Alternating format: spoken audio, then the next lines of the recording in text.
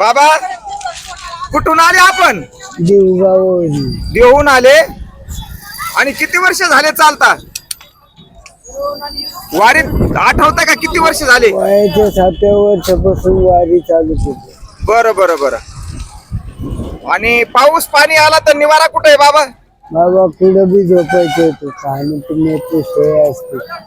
पुणे आई बाईला म्हणायचं की बाबा सावली दे मला करतात निवारा. का लोक व्यवस्था? हो करतात. आणि आंघोळीची व्यवस्था कशी बाबा? आंघोळीचे पहिलं पाणी भेटेल तिथं करायची. बर.